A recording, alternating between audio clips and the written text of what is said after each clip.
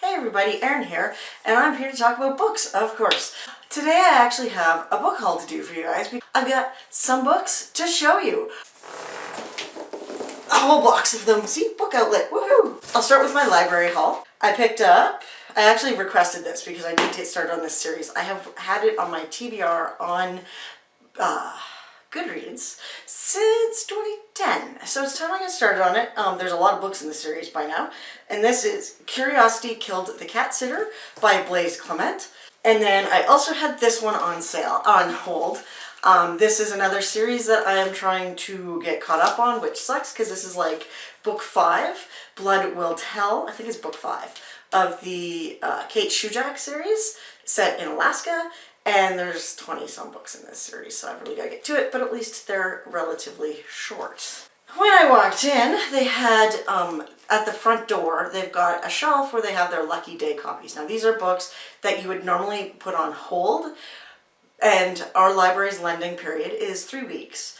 But the Lucky Day copies means you might be able to get them right away instead of putting them on hold, but you only have 7 days to read them, and I was able to get Into the Water by Paula Hawkins. And finally, my last book that I put on hold, actually requested from a different library, is a graphic novel.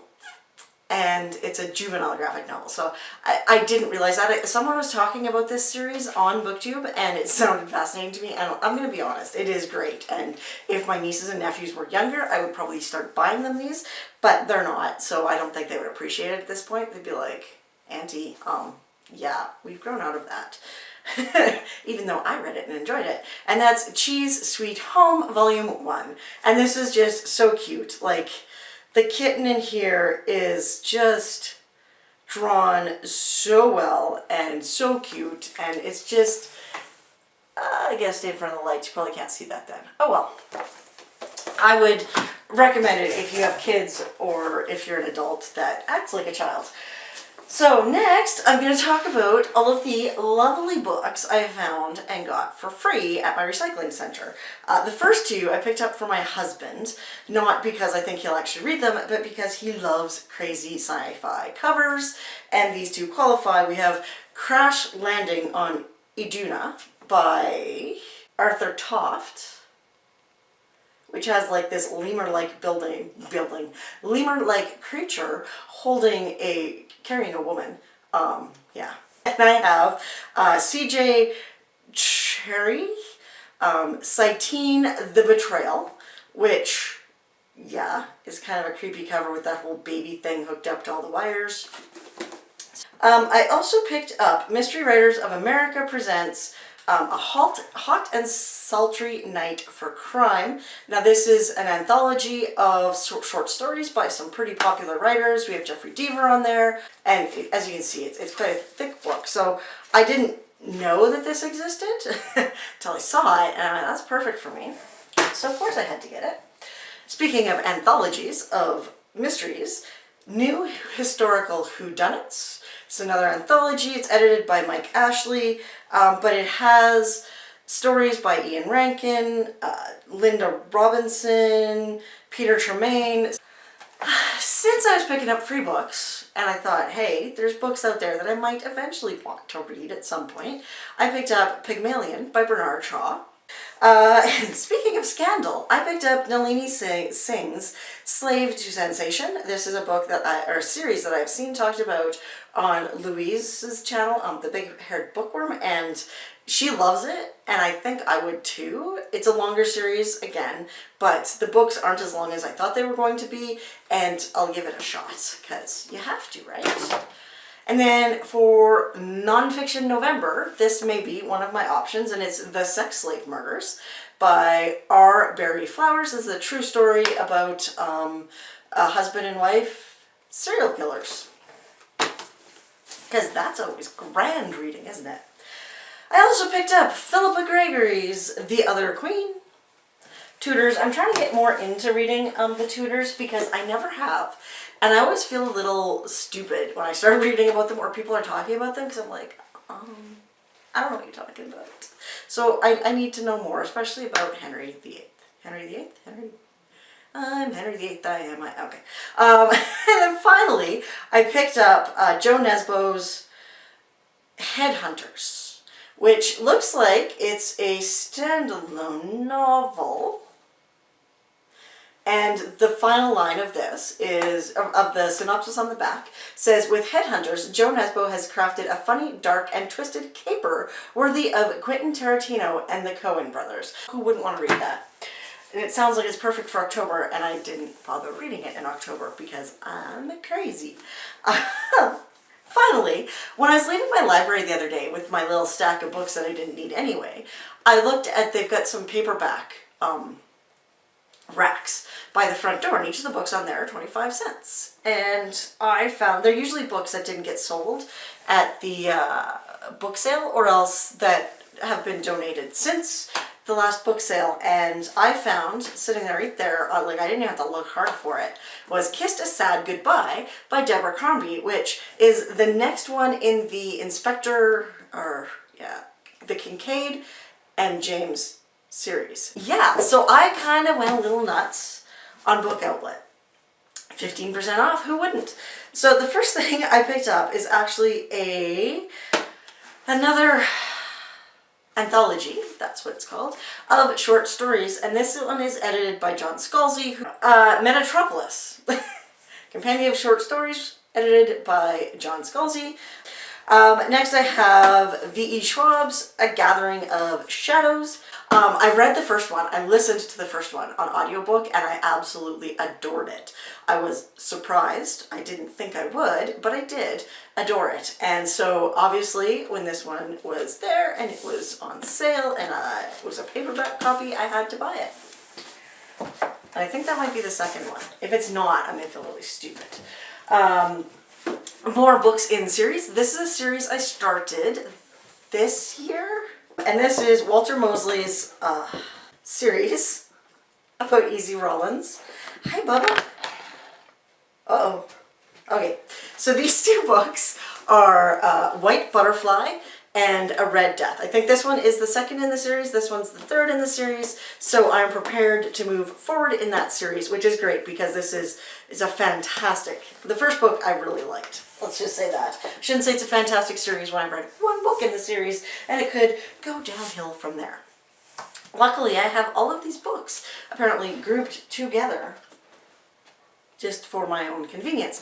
I have two books by Karen Slaughter. I have A Faint Cold Fear and Indelible, which are both Grant County thrillers. Now, I picked up a new book, a new series that has been on my to-read list for a while, on my TBR on Goodreads, and this is Sister Eve, Private Eye, a Divine Private Detective Agency mystery by Lynn Hinton. Sweetheart by Chelsea Kane, which is the next in the Gretchen Lowell and Archie Sheridan mystery series. And Blue Moon by Wendy Corsi Staub. Irony here is I have the first one, which I also ordered from Book Outlet, and I didn't actually read yet. So this is going to go beside it on the shelf of I haven't read these books yet, but you know, I bought two because what's more fun than having two books you haven't read in the same series. This one I heard about again on BookTube, and I don't know who was talking about it. I believe it was somebody in Britain. That's not really helpful, is it?